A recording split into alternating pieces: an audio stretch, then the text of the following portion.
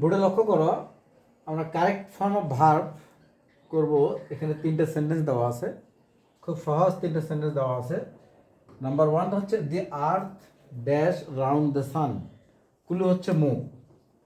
আমাদের জানা আছে যে সেন্টেন্সগুলো চিরন্তন সত্য, ইউনিভার্সাল ট্রুথ, ও সেন্টেন্সগুলো সিম্পল প্রেজেন্ট টেন্স হয়।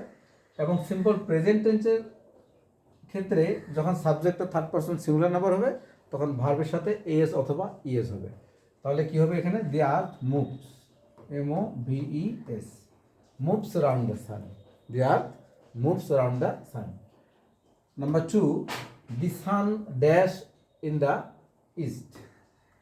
এখানেও ঠিক সেম কেস, ঠিক আছে? কোনো হচ্ছে রাইস, বাট সাবজেক্টটা ইউনিভার্সাল ট্রুথ এবং singular third person singular number. এখানে আমরা কি করব? Rises, RISES, the sun rises in the east. Okay, এরপরে number 3, my father dash to Dhaka last week. এখানে লাস্ট উইকটা হচ্ছে কি? Time indicator, past time indicator word. তাহলে আমরা গোয়ের পাস্ট ফর্ম করে দেব, ঠিক আছে? My father went. আমাদের মনে রাখতে হবে যে যখনই কোনো সেন্টেন্সে অতীতকালের কোনো চিহ্ন মাত্র পাবো, তখন আমরা ওই সেন্টেন্সটার ভার্বটাকে সিম্পল পাস্ট করে দেব। জাস্ট ভার্বের পাস্ট ফর্মটা, গোয়ের পাস্ট ফর্ম কি?